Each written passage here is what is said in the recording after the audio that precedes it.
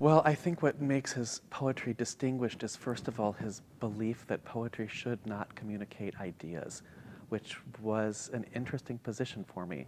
But what excited me most initially was his incredible sense of the music of the English language and how to employ that music to deepen our sense not only of the possibilities for language, but of the possibilities for imagery.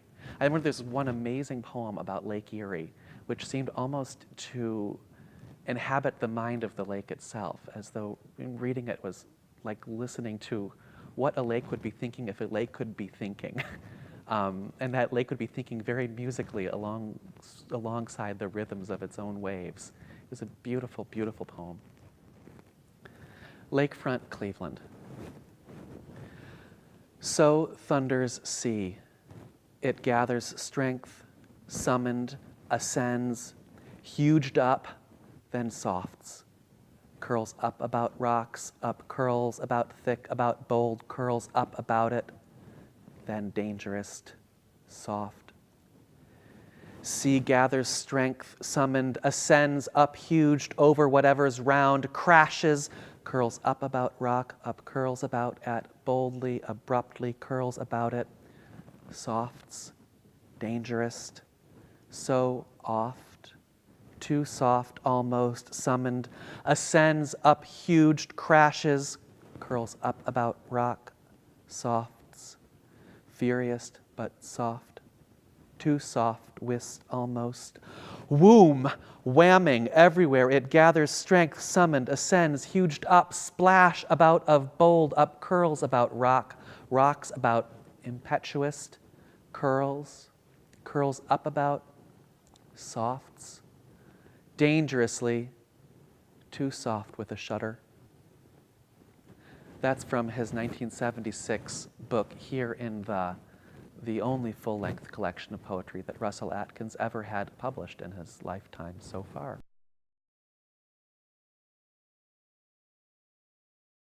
Sometimes I think of Russell Atkins as an avant-garde movement of one, though, you know, that's also not true. He was the co-editor for many, many years of the only black-edited avant-garde poetics magazine in the country. And in that way, you know, he was really part of a larger movement, too. You know, I think of these boxes that we found in his apartment that are now all sadly destroyed, I suspect, in which my sense of Russell Atkins as this sort of strange solo poet, music theorist living in Cleveland was challenged by finding letters from Langston Hughes and Marion Moore and all of these other major, major poets who were writing around the time that he was writing. They knew who he was, it's just that we don't.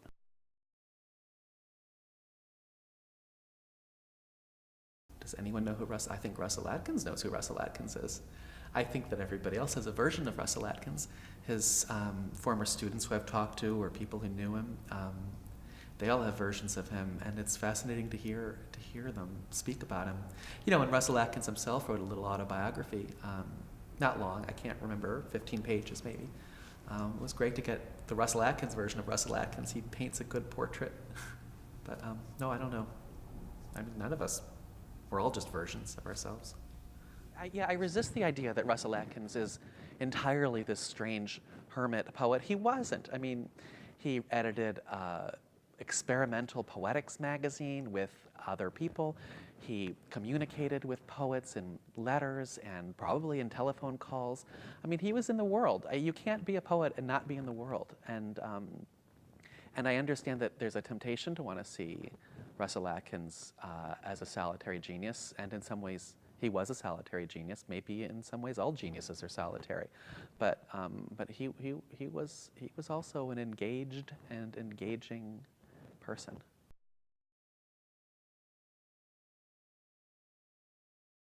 I do think poetry's caught up to Russell Atkins. In a way, Russell Atkins was writing a sort of poetics that was ahead of its time, and this interiority and experimenting with the movements of music and thought, the sense that poetry can enact the thinking mind, it's something that a lot of younger poets today are very, very interested in.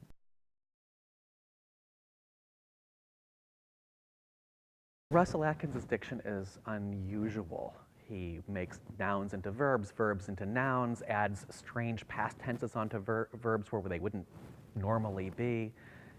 It's eccentric, and in some ways it's inventive in the way a writer like Shakespeare is inventive with the language. A writer who's not only trying to make use of the English language, but trying to transform it. But he's like a Shakespeare in Cleveland. He's like a Rust Belt Shakespeare.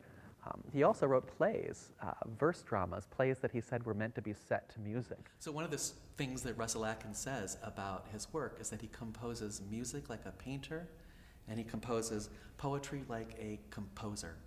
And that's an interesting thing to say. It helps us to, I think, reimagine what music and poetry do and how they operate, and to try to open some doors on unusual ways and challenging ways of thinking about how these arts work. When you're talking about Russell Atkins' use of white space and use of dashes and stanza structures, I think one way of thinking about how Russell Atkins puts a poem together is that the poem represents on the page the way a mind might be thinking. And the use of white space, or those places where you have a dash in a poem that leave off and a pause, suggest, for instance, moments in which unarticulated thought is being articulated. That is, you have this emptiness, this silence, and that is the poem gathering itself up, and then there's that moment when the thinking is put into words and the poem continues.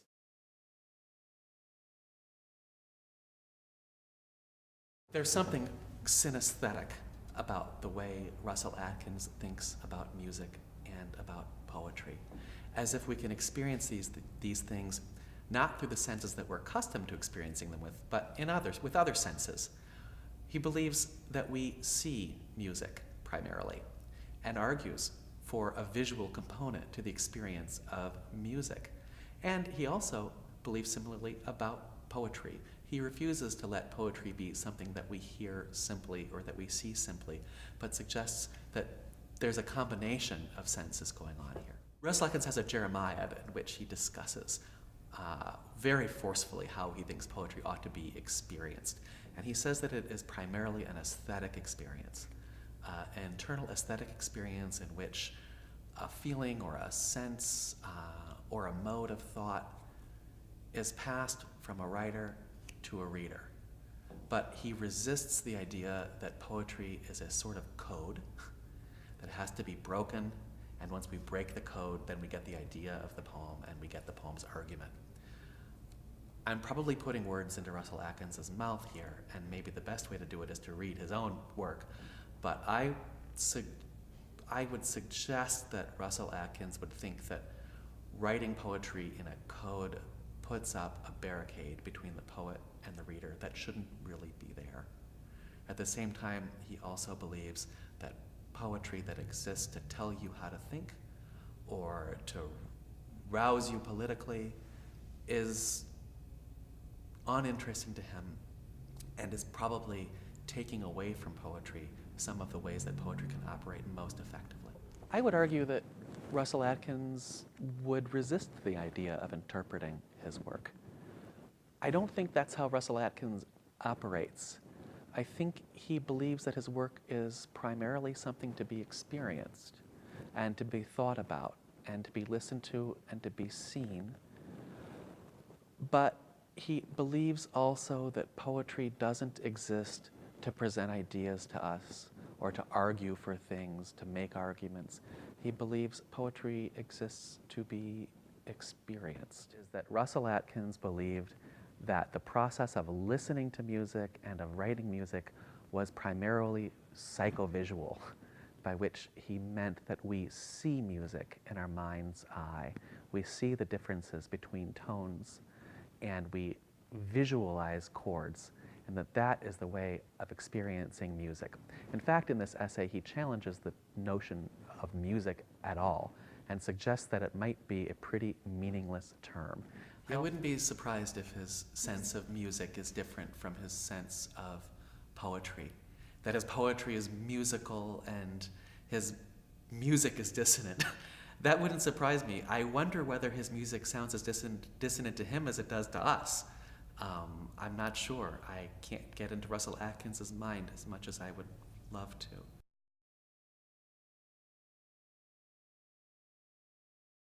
Russell Atkins' poetry lives in the streets of Cleveland. He writes about Lake Erie. He writes about people he sees walking down the street in Cleveland. He uses the slang of Cleveland, and then he creates his own strange slang-like diction that is unlike anybody else's. But to my ear, it sounds American. You know, libraries were so important to Russell Atkins. You know, you're talking to him, that came up a lot, was the amount of time he spent in libraries, hanging out in the aisles, reading books. There's something about him looking for somebody who could translate some German for him, because he was really curious about what this German music theorist was saying. I mean, Russell Atkins was an autodidact. Yeah, he was. He still is. I mean, I expect. He loved to read and to think about big ideas and to argue big ideas with other musicians and music theorists and students. And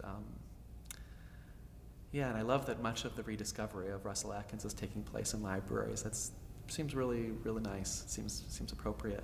Yeah, I love that the Sounds of Cleveland are interfering with us talking about Russell Atkins, because I think of Russell Atkins as, you know, somebody who's part of the Sounds of Cleveland also. So here's another poem where you can see, I think, Russell Atkins interacting with real immediacy and directness with the sounds of Cleveland, or, you know, with the sounds of an urban environment. It's a beautiful poem. It's one in which there isn't, you know, a lot of complicated, I think, thinking happening. There's more kind of complicated listening, which is something that Atkins does really well.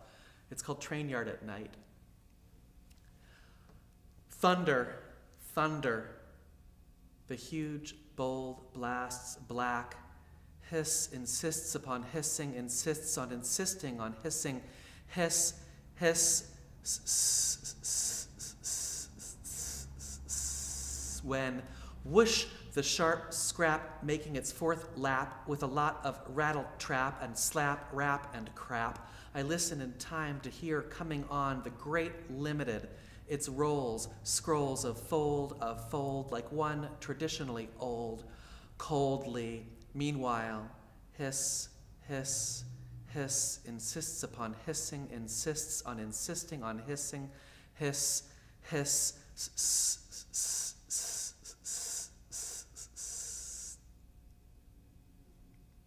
That's from his 1968 book, Heretofore, though the version of the poem I saw was dated 1953 and then dramatically revised in 1961, and then revised again dramatically in 1963. So that gives you a sense of Russell Atkins's process, too, that he's always going back and repainting his work.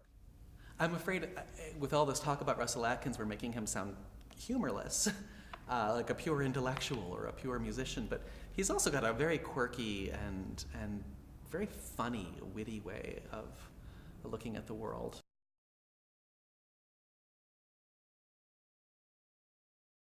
Russell, do you want this typewriter? Yes, why not? What are you going to do with it? Well, I'm going to let it sit a while and help give the impression that I'll write again, which I'm not sure of. Okay, everybody, say goodbye. Okay. Bye. Bye, Russell. Goodbye. It's so great to see you.